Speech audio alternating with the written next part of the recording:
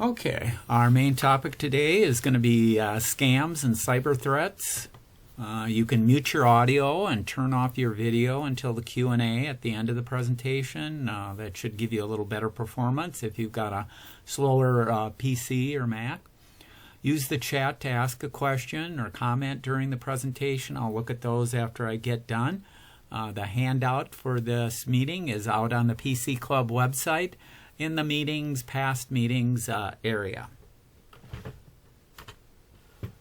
Agenda, will cover some club status first, and then we'll get to our main topic. Future meetings, we have a Q&A every month, the first Tuesday of the month. So the next one's February 3rd, and that's online. Anyone's welcome to join in on that. And then our next general presentation is Wednesday, February 18th. That'll be an online-only meeting also, and that'll be on the best phone and tablet apps. We'll cover, I won't cover in detail, but we'll have the updated spreadsheet with 300 plus apps and some of the popular ones that I use, different things like that. We'll talk about that. And then...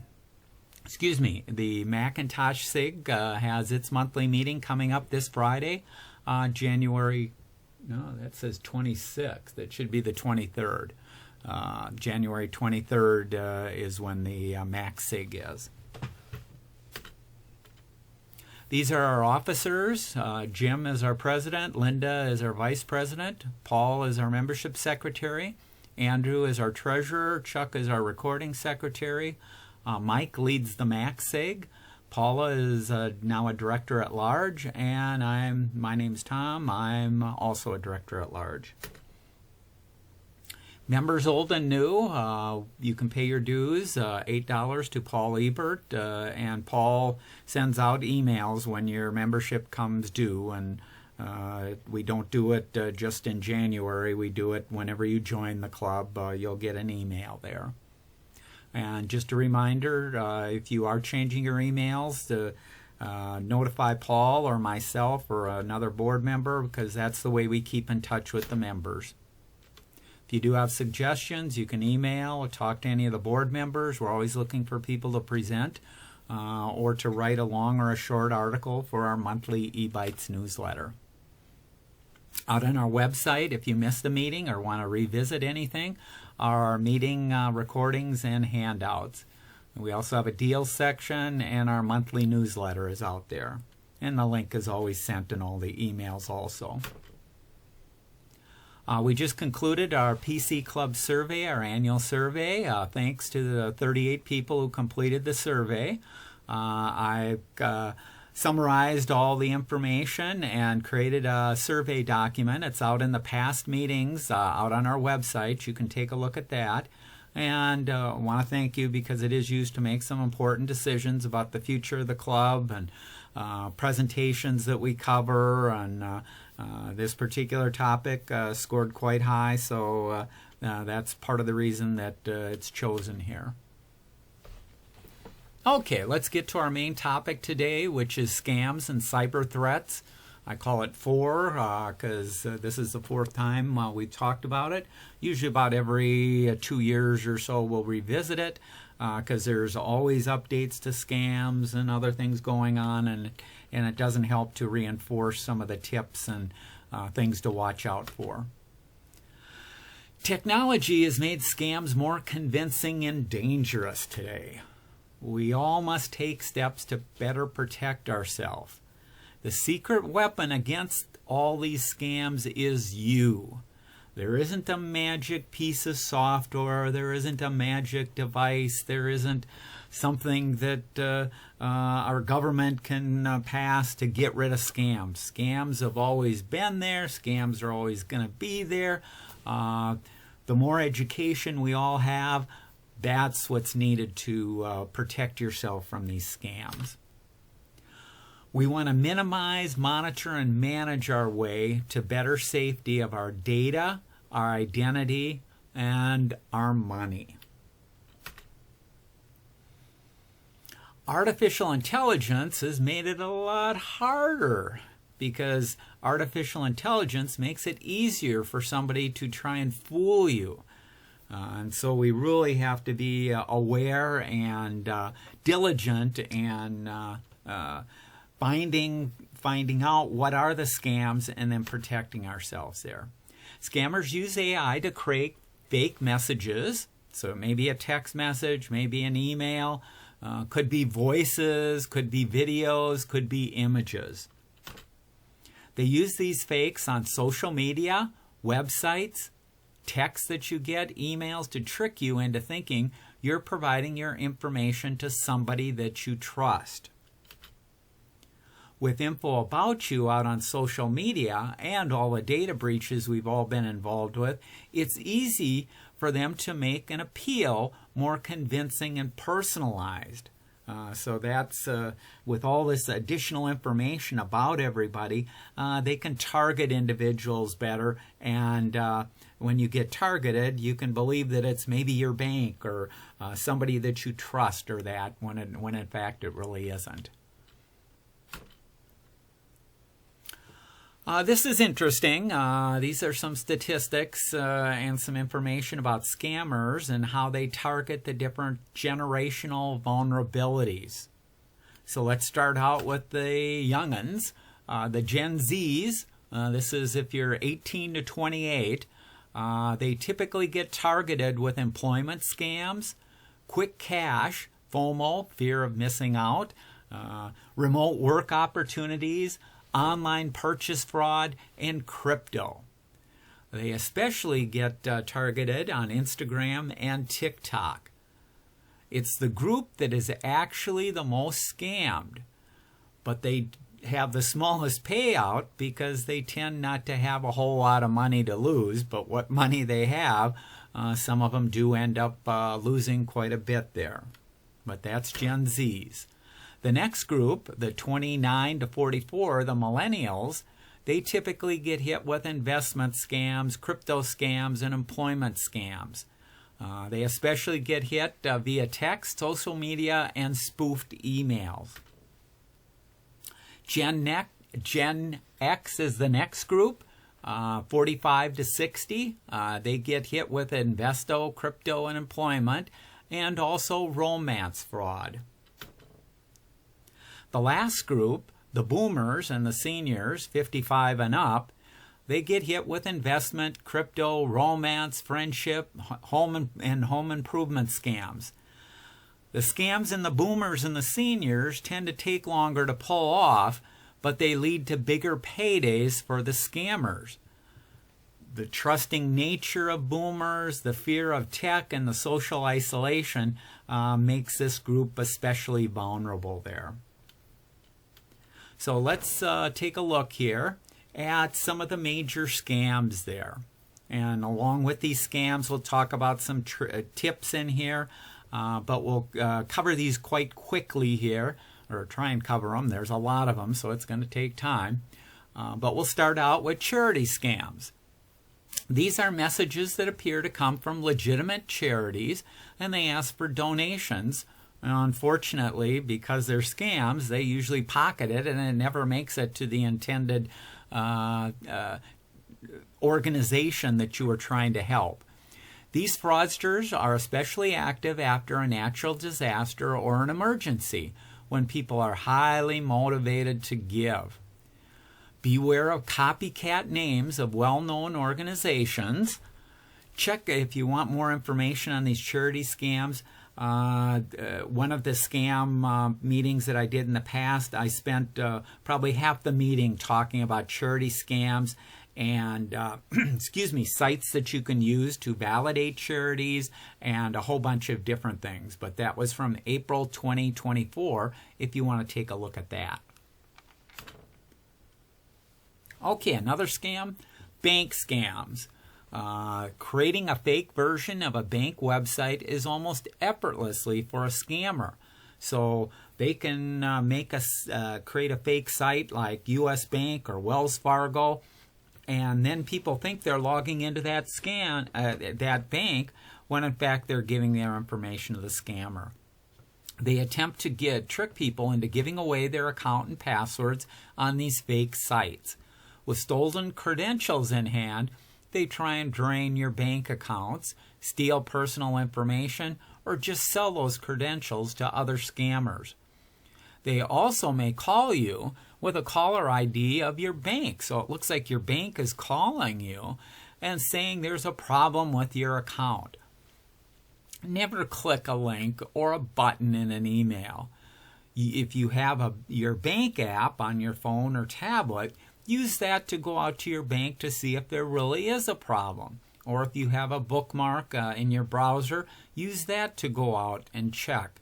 Or if you have a telephone number, check and make sure. Never give financial information to anybody who sends you a text or an email.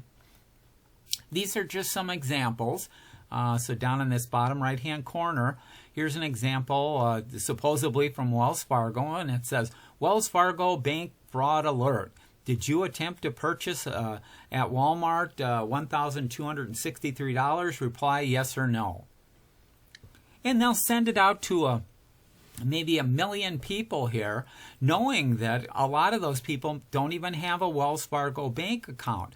But there's enough people that do have a Wells Fargo bank account that when they see a message like this, they get anxious, and they certainly don't want their account to be money taken out and things like that, so they'll reply, and that's a bad thing to do there.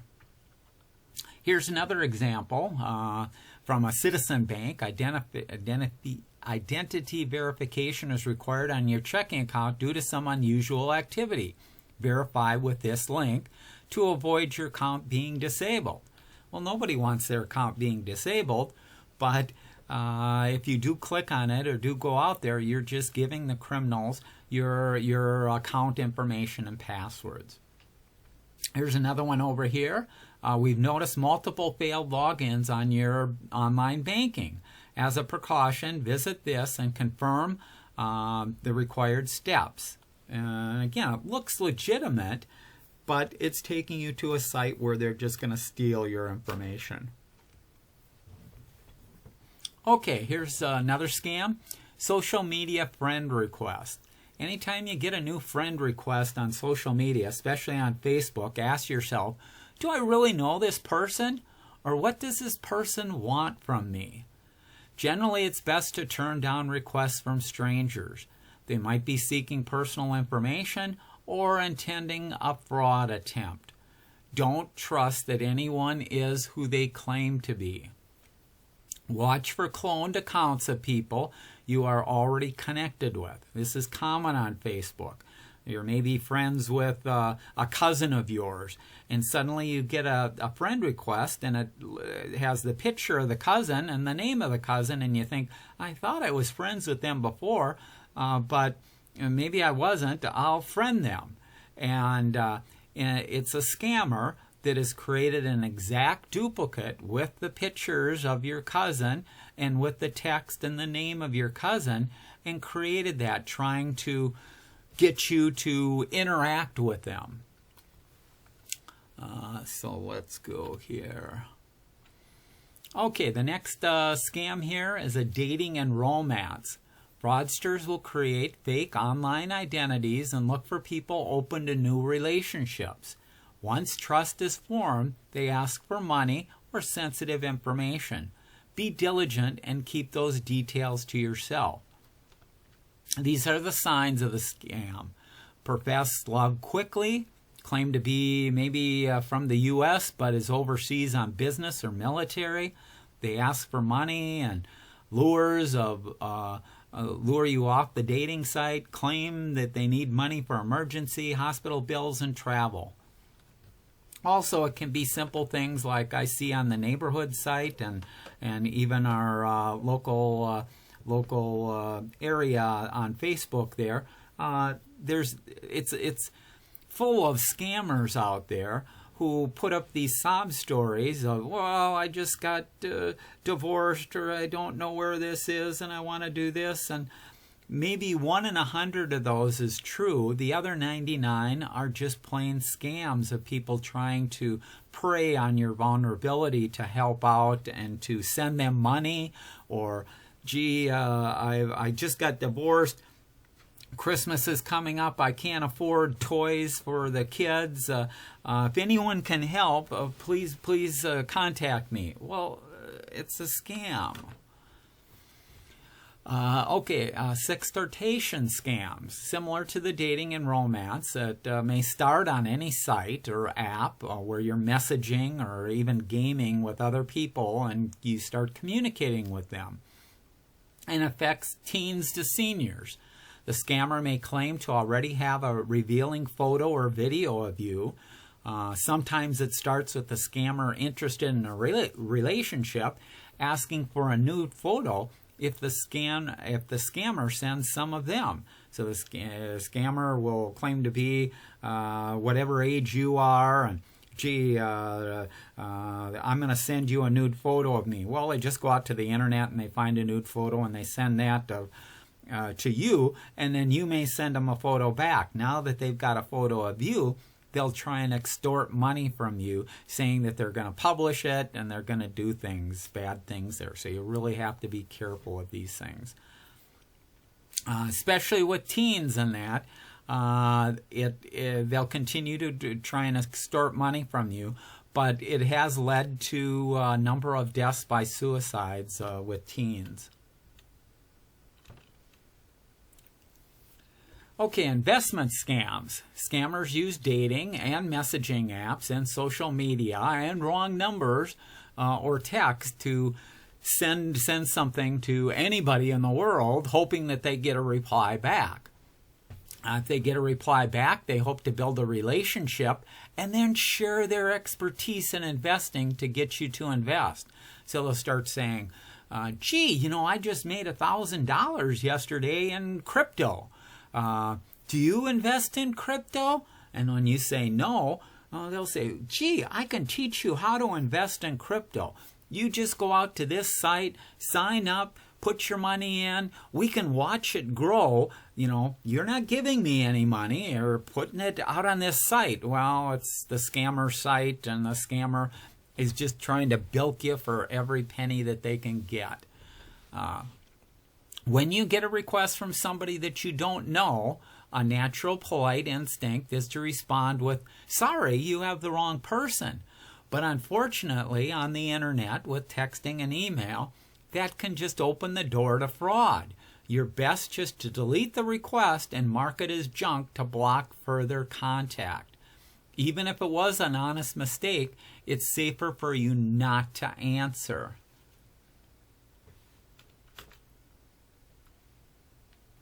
Okay, another scam, it's called the imposter scam. If you receive a message claiming that there was a suspicious purchase on your account, do not respond or call the number listed.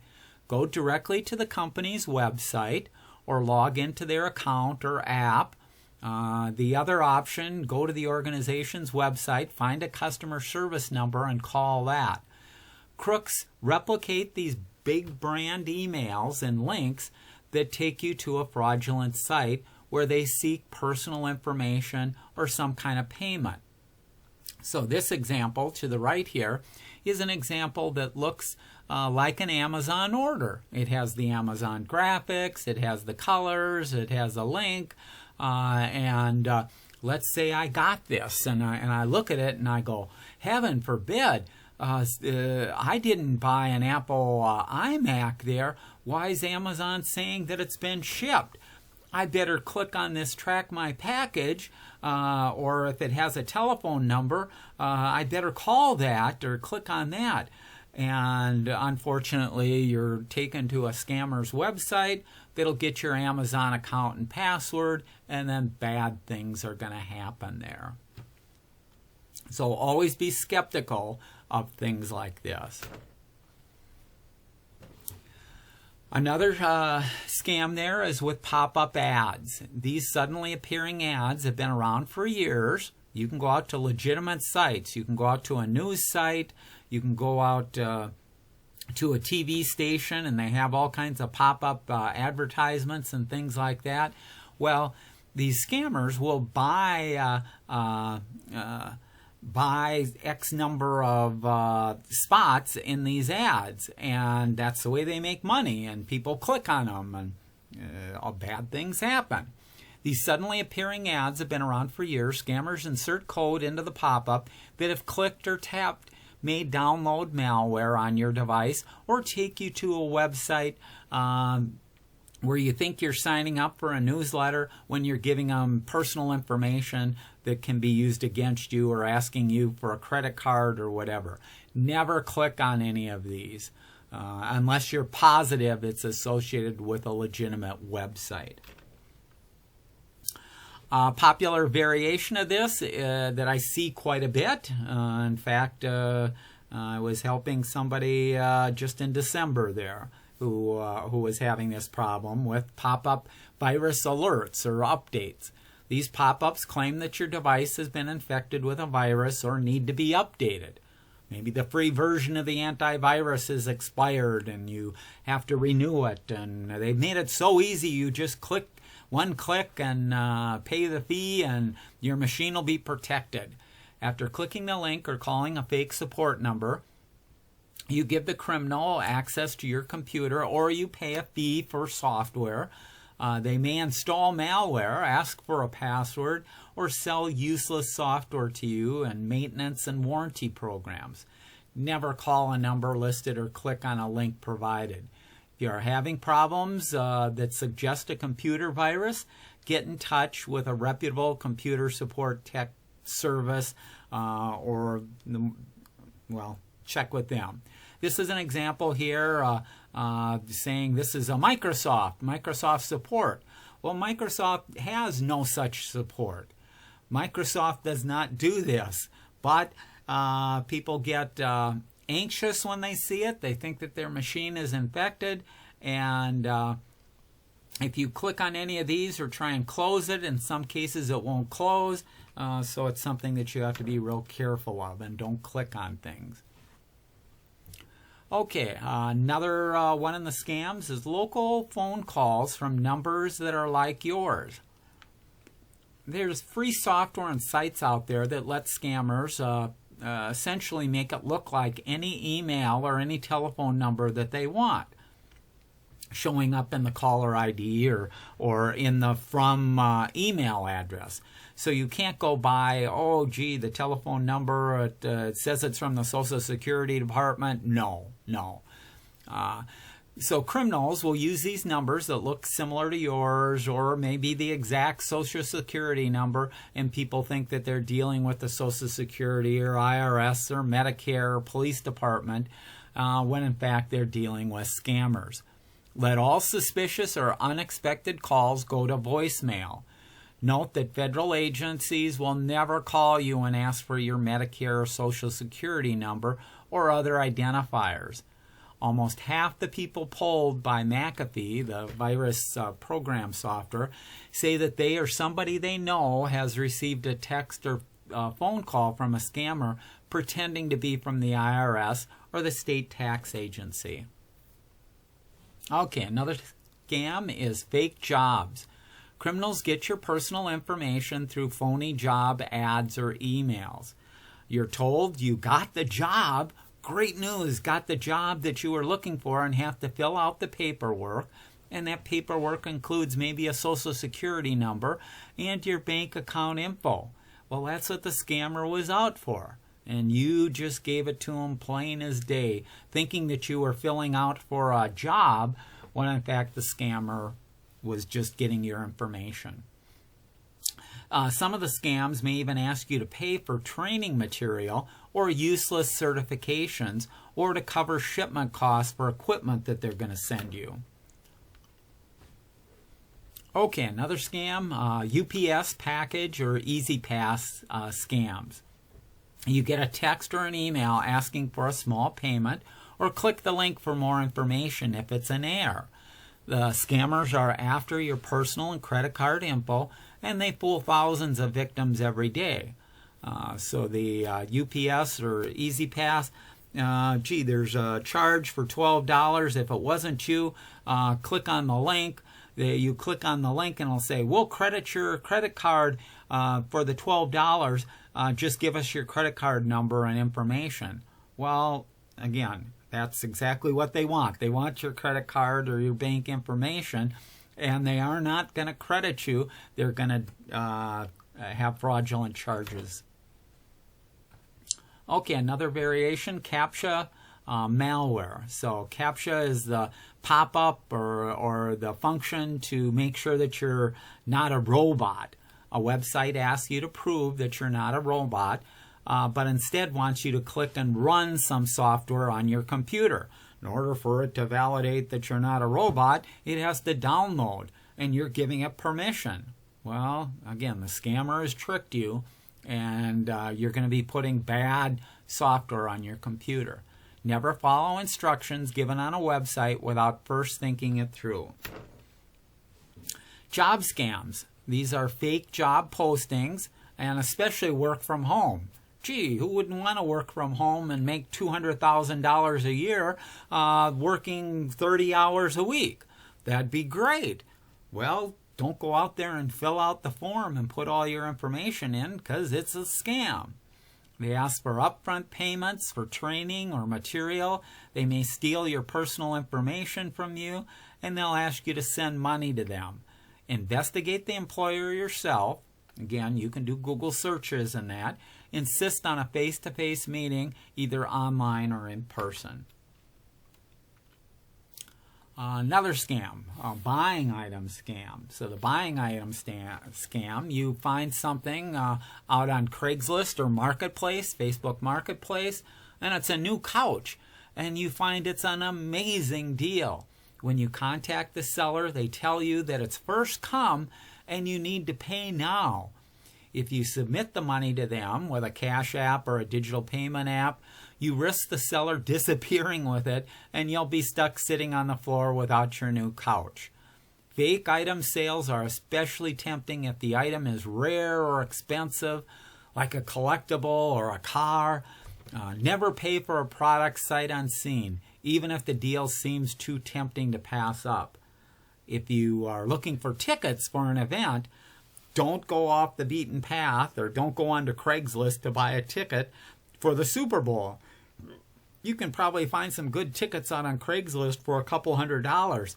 If you want to be sitting and watching it on your TV, might as well take that couple $100 and throw it out the window there. Tickets for anything, don't go to the, only use secondary ticket, reputable secondary ticket markets like StubHub or Ticketmaster's verified resale service. Otherwise, there's a very good chance you'll be stuck with nothing.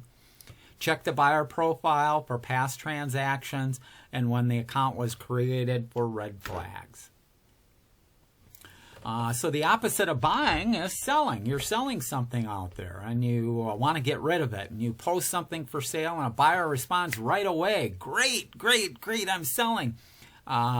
They only accept cash, no check or Zelle if you're going to be selling there, or Venmo or other instant payment methods that lack protection. Never accept a payment for more than your price and then send the scammer back part of the payment. Check the buyer profile for past transactions and when the account was created for red flags. So the buyer may say, you're selling an item for $200 and they give you a cashier's check for $500. And they say, well, here's the cashier's check for $500. Since yours is only $200, keep $100 for yourself and send me back $200. And you send them back $200, and then in a week's time you find out that the cashier's check is bad and you're out the $500. So you lost. Guess what? You lost. Okay, vacation timeshare scams. You pay upfront money and then a yearly fee for a condo, a rental, or a cruise. Some provide promotional prizes. If it sounds too good to be true, it probably is. And these are some tips here for the timeshare scams. The old razzle-dazzle and the fees and everything will, it's just a big scam. Accidental payment scam. So this is a little different than buying. You're not selling anything, but you notice on your PayPal or on your Cash App or that, you receive a payment. You receive a payment from somebody that you don't know. that somebody then contacts you saying that the payment was a mistake and asking you to return the money. And so we're all honest, and you think, gee, the person sent me $200, I'll send them $200 back. You send the stranger back the funds. However, these funds may have been stolen in the first place using somebody else's credit card or bank account. And what's going to happen is it's going to get reversed, and you're going to be out your $200. So don't fall for a scam like this. Contact your bank first to determine the best course of action and avoid becoming part of the scam. And if they do say, well, I accidentally sent it, or that, say, well, I'm going to wait a week or 2 weeks to see if there's any dispute or clawback of the money there. And scammer's not going to like that. Okay, let's talk about some additional tips. Those are the most popular scams. Some of the red flags that you should look for. Unexpected contact. Everything is urgent. Emotional. A threatening situation, or an unusual payment. All red flags. Run away from it as fast as you can. With any of these scams, what you want to do is don't get caught up in the urgency. Pause. Don't act fast. Get a second opinion. The need for speed is a scam tip-off. Call a trusted friend if you think you're caught up in a scam. 2 heads are always better than 1. Because I'm a Thomas, I hereby bequeath on everybody that you are all can be doubting Thomases, and that's what you must be. Be skeptical of any requests and the source of where those requests may have come from. Always be a doubting Thomas. Anything to do with crypto ATMs, cash apps, or gift cards. Scammers prefer these because they have fewer protections for buyers compared with payment options like credit cards or bank accounts. And the transaction usually is largely irreversible. Be wary of celebrities selling products or services.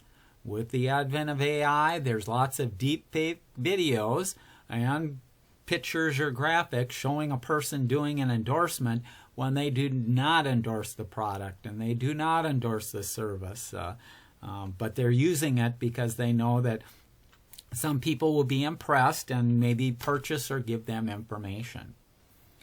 Never give anyone who contacts you information like your date of birth, your address, your social security, financial information, and more. Don't rely on caller ID or email addresses. They can be easily spoofed. Do a Google search using the message and add the word scam as a quick check. This is a podcast. I enjoy a number of podcasts. This is one of them. This is from ARP, the senior magazine and senior service, but they have a number of podcasts, and one of them is called The Perfect Scam. And it goes in, I believe it's a half an hour show every week, and they also have a variety of tech classes and that, so I'd highly recommend them. Okay. Now we'll open up my email and I'll take a look at some actual emails that I got. So let's take a look there. Let me do this. I didn't want to do that. Let me go back here.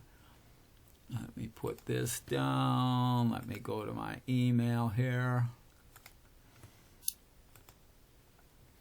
So in my email, over the last year or two, I've collected a number of email scams, and I like to keep them. So I show different people, and I wouldn't recommend that you do this, and I don't recommend that you open up any emails that are scams, that you can tell are scams. But I take precautions, and so... and I do want to inform people, so I do open them up and I do use them here. And so this is an interesting one here. Payment came from the email, payment declined. And let's open it up. And you'll see it says, your cloud storage may be full. Photos, videos, and Drive are no longer updating. Oh, free storage is available. It's my lucky day. I'm going to get free storage. I don't know where this cloud is. Is it up in the sky? Because this is a variation that I haven't seen before. Usually it's specific to the Apple iCloud, the Microsoft OneDrive, the Google Drive, but this is kind of generic. It's just going to give me free space somewhere out on the internet there. As part of our loyalty program, you may be eligible to receive 50 gigabytes. Well, who wouldn't want 50 gigabytes? All I have to do is click on this little link here. Let's see, where is this link taking me to? If I look down in the bottom left-hand corner, storage.googleapis.com.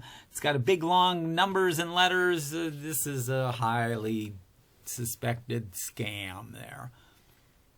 So we won't click on it. This is one supposedly from Microsoft Teams. And this says, so Google marked this as highly dangerous. So some of them that it can really tell, it'll put in your spam folder and then mark it as highly dangerous. This one supposedly is from Microsoft here, and it's saying that your recent PayPal invoices for an Apple iPhone 17 has been successfully submitted and is pending automatic processing. And you should contact them if this is incorrect. And again, big scam, lots of buttons. They're using graphics that they got from other Microsoft emails and things like that to try and make you think that it's official there. And you can see the description of this email. You have been added as a guest to a recent PayPal invoice that has been successfully submitted. Is pending automatic processing of this iPhone 17. No, not me. Here's another one. Reimbursement approved. Let's take a look at that. Quite simple here. Just saying reimbursement approved. It doesn't say anything else about it. It's got a billing ID, a reference number, and an e-receipt. And then, oh, thank goodness it's got an attachment. I should always click on attachments when I get them from unknown sources about unknown information. No, you never want to click on attachments. Even if you have good virus scanners and you have the latest protection, there's no why take the risk that something bad might happen. So definitely do not open or click on a file attached like in this situation. Okay, let's go down here. Oh, here we go. Josephina. I don't know a Josephina. Let's see. What does she say? Hello, beloved. Oh, maybe she's an old college friend or something like that. I just don't remember her.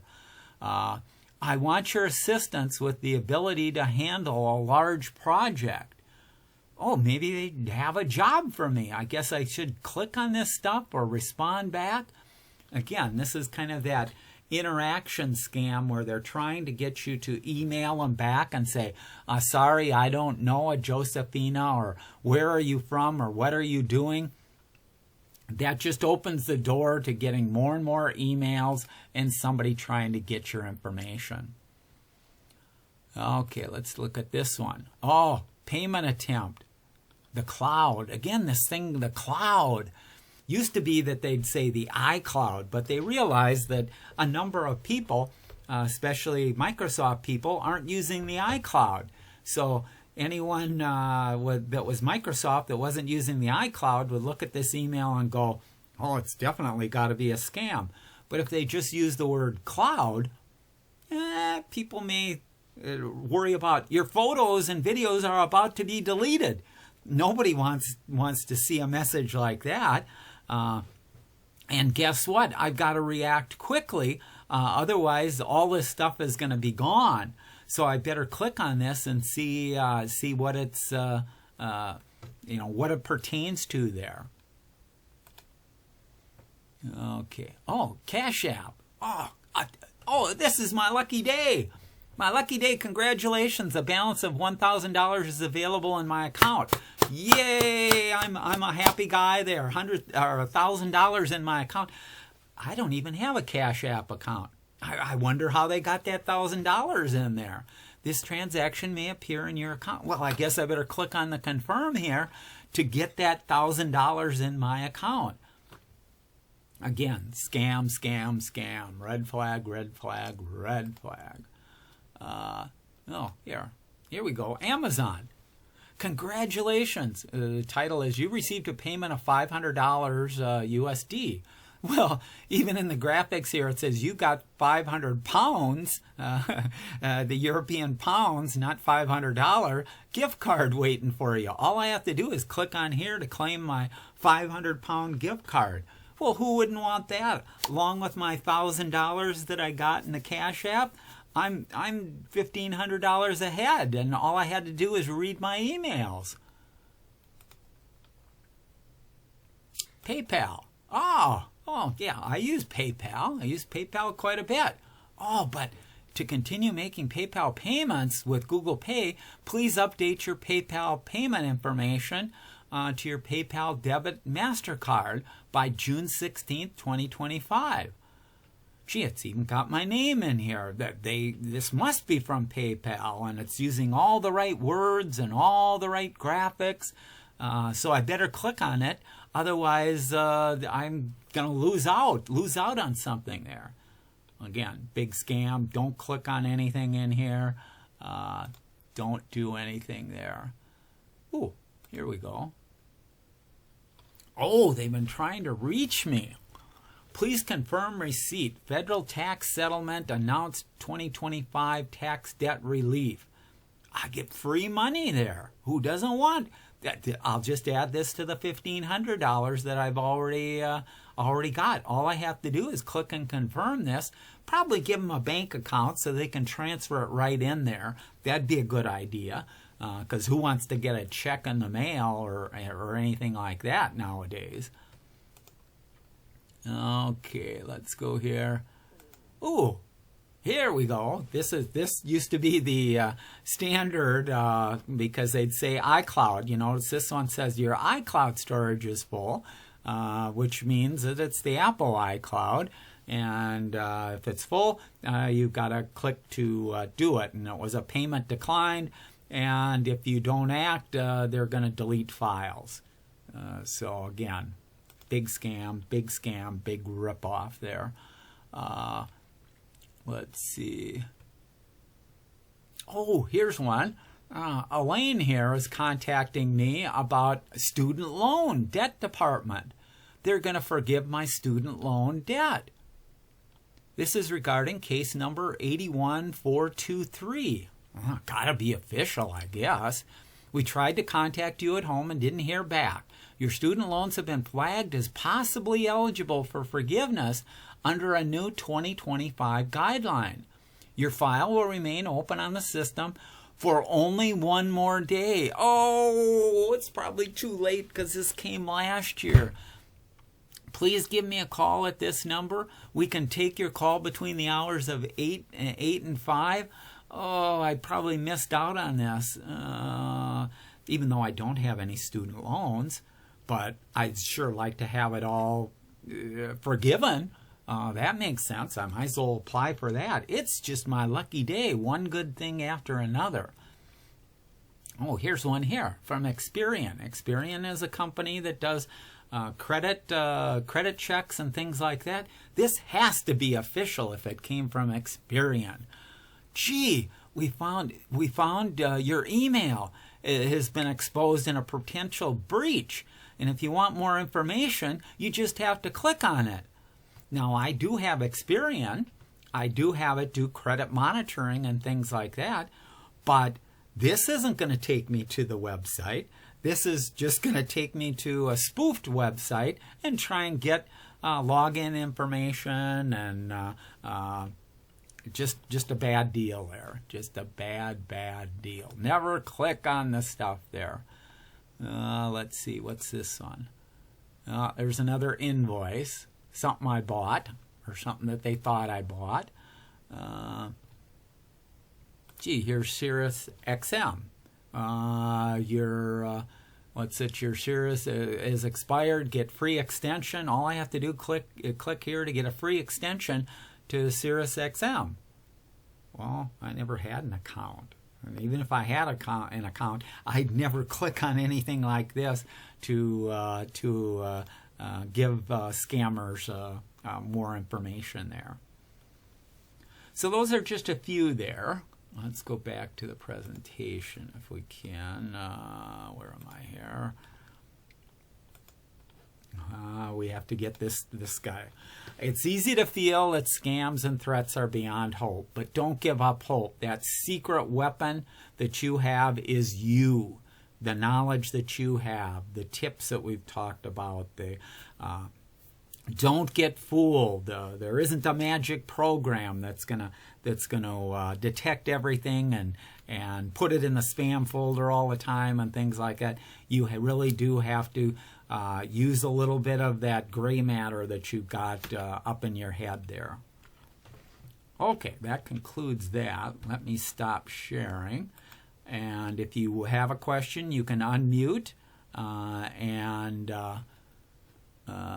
ask the question. I'll look at the chat. It doesn't look like we've got anything in the chat right now. Any questions or comments? Say, Tom, this is John Stofko.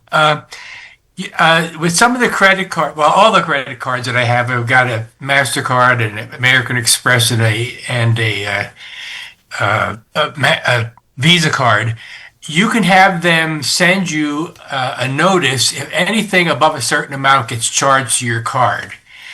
And this was a couple of years ago, I got a notice from American Express that somebody charged $100-some at an ice cream shop out in California to my credit card. How they got the credit card number, I don't know. But I immediately called American Express and said, I did not make this. And they said, okay, well, shut down your account, send you a new card.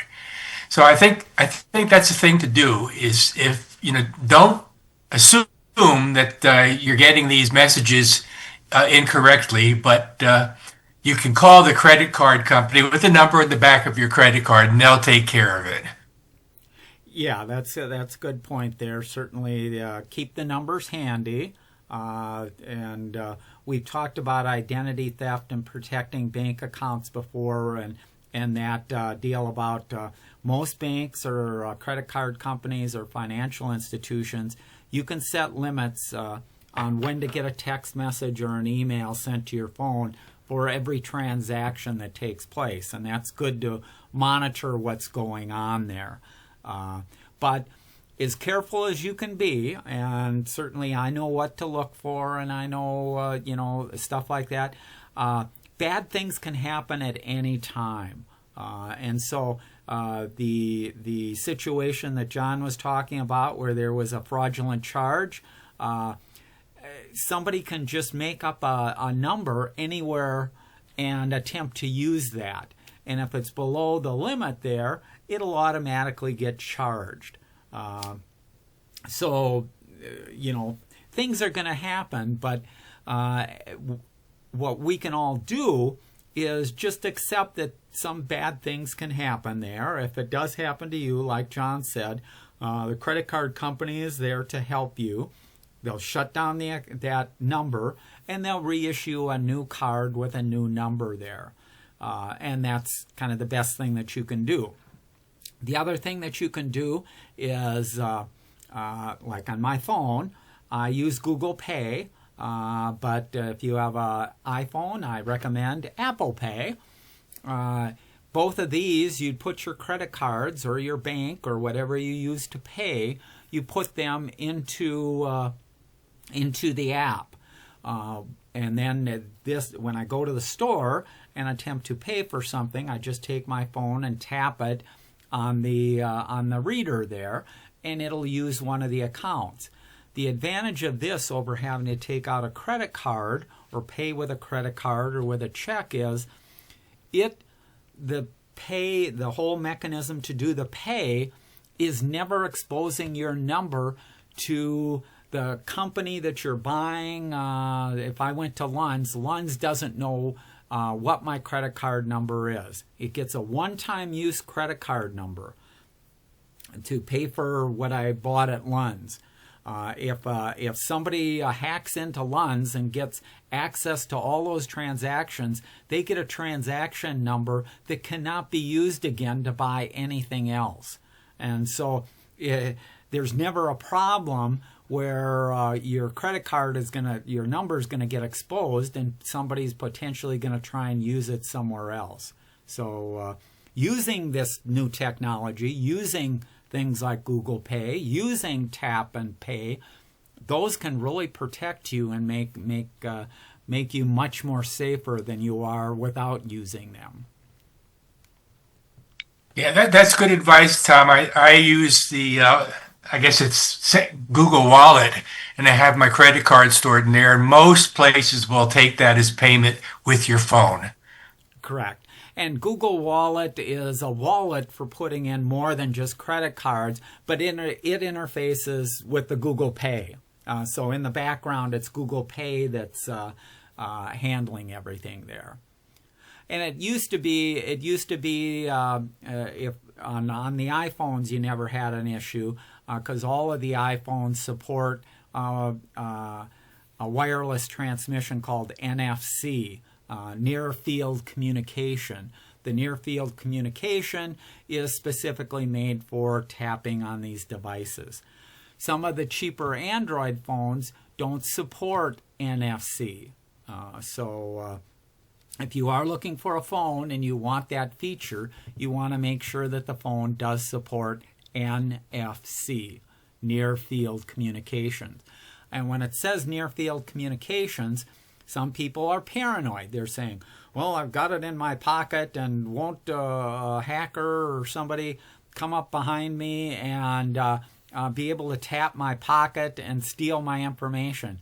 Number one, my phone is locked and no transaction can occur when the phone is locked. I have to unlock the phone, and then literally it has to be within an inch or less of the receiving device.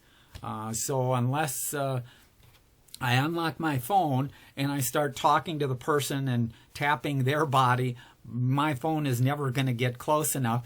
Plus, if I did tap them accidentally and they had a reader, I'm going to instantly get a message on my phone that I paid so much for something. So I'm going to know right away too. So again, these wallets and pay systems are set up to really protect you and to make the whole transactions easier and better there too. Other questions, comments?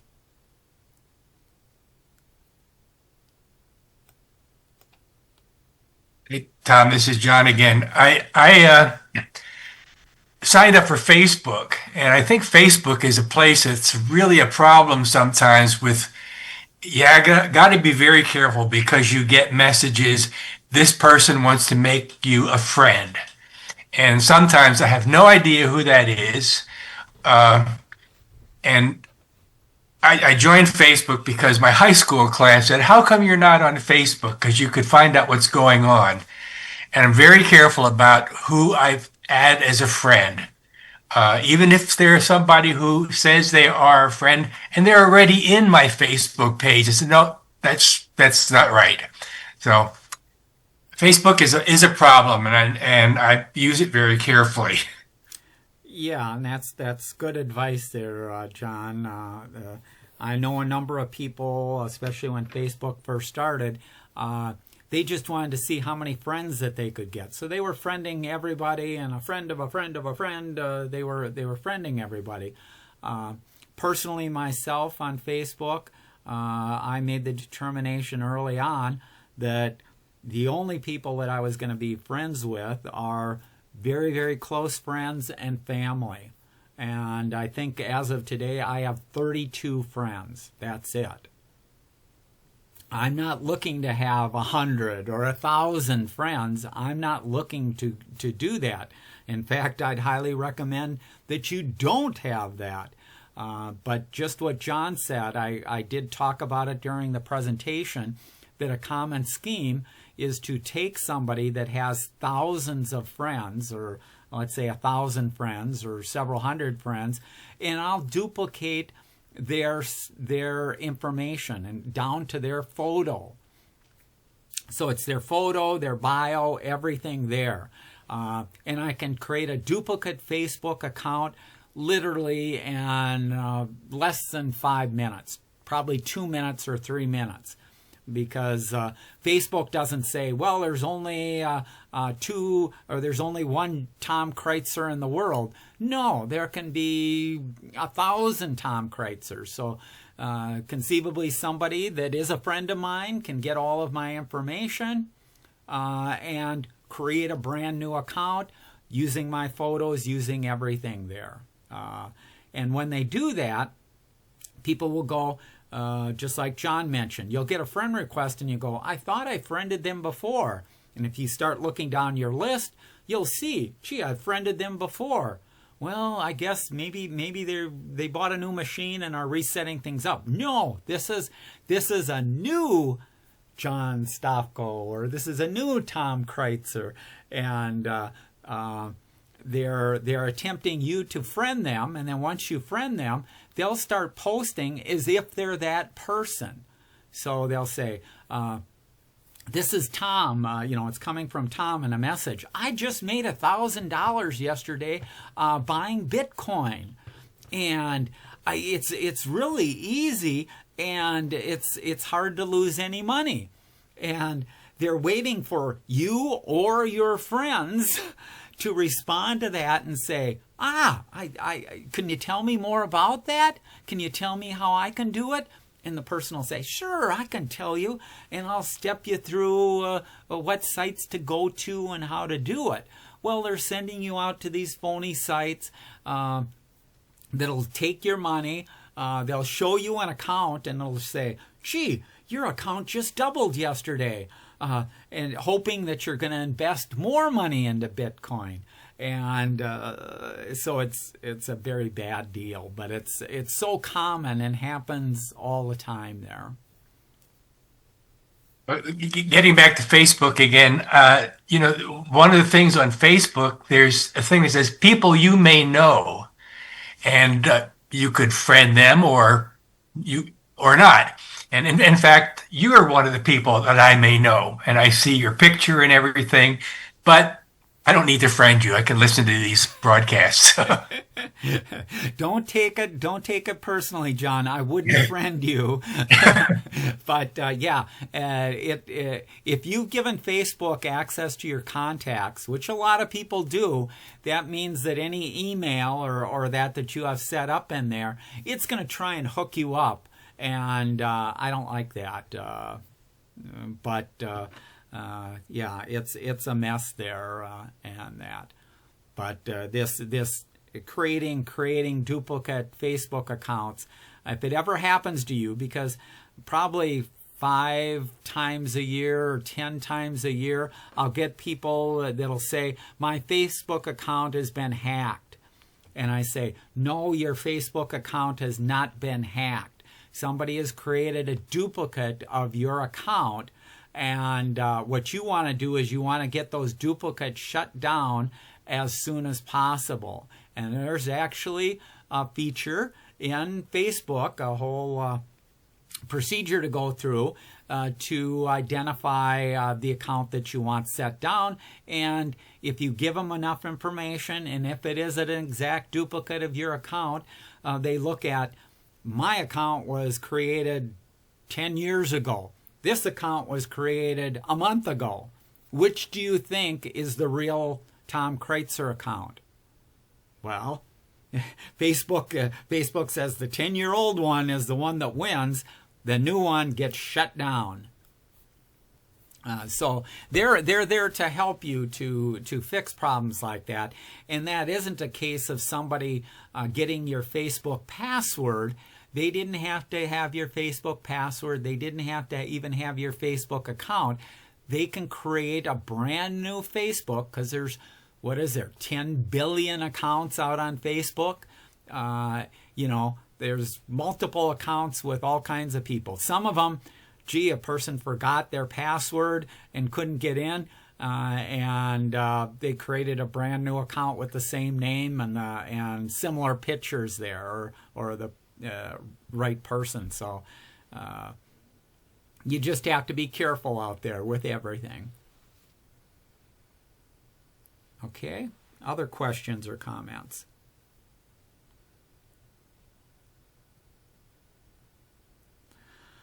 And the tool to keep you safe, like I said, is you know, the people. And